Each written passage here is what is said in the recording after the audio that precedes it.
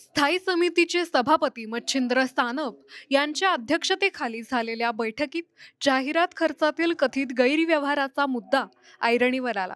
ज्येष्ठ नगरसेवक सुधाकर बडगुजर यांनी या संदर्भात कारवाईची मागणी करणारे पत्र सादर केले. 2 कोटी रुपयांच्या मंजूर निविदेचा खर्च तब्बल 7 कोटी रुपयांपर्यंत वाढवण्यात आल्याचा आरोप करण्यात आला. निविदा कालावधी संपण्यापूर्वीच अतिरिक्त 5 कोटी रुपयांची मंजुरी दिल्याने संशय अधिक गडद झालाय. शासकीय आणि व्यापारी दरातील तफावत, नियमबाह्य खर्च तसेच मक्तेदारांशी संगनमताचे आरोप लक्षात घेऊन अतिरिक्त आयुक्त प्रदीप चौधरी, मुख्य लेखाधिकारी आणि प्रशासन उपायुक्त लक्ष्मीकांत साताळकर यांच्या अध्यक्षतेखाली चौकशी समिती गठीत करण्यात आली.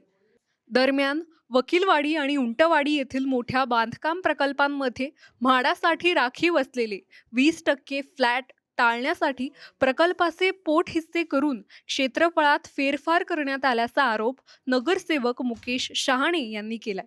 संबंधित बिल्डर, अधिकारी आणि कर्मचाऱ्यांच्या भूमिकेची चौकशी करण्याची त्यांनी मागणी केली आहे. या प्रकरणाचीही गंभीर दखल घेत अतिरिक्त आयुक्त अमित रंजन, मुख्य लेखाधिकारी आणि मुख्य लेखापरीक्षक यांची स्वतंत्र चौकशी समिती स्थापन करण्यात आली आहे. या दोन्ही चौकशींचे निष्कर्ष काय येतात आणि दोषींवर काय कारवाई होते याकडे आता नाशिककरांचं लक्ष लागलंय. आता तुमच्याकडे इन्व्हर्ट करून माझ्याकडे 5 ते 6 दिवस झालेले आहे. मी तुम्हाला वारंवार फोन करतोय. 8-5 दिवस झाले. यांनी तक्रारची दखल तर लगेच घेतली पाहिजे. गंभीर प्रकरण चाललंय. शहरात आपले अधिकारी ऐकून घ्या. आधीच आपली महापालिकेची बदनामी झालेली आहे. कल्पेश पाटील आपल्या जेलमध्ये घेतले, महापालिकेत नाव घातले, अजून काही अधिकारी जायचे मध्ये. याच व्यासपीठ पण काही बसलेले ते जाणार आहे लगेच. नाही गेले तर आम्ही कोर्टात जाणार आहे. गोरगरिबांची हेंडी मलाही खाल्लेली आहे. संलग्न सगळं चालू आहे.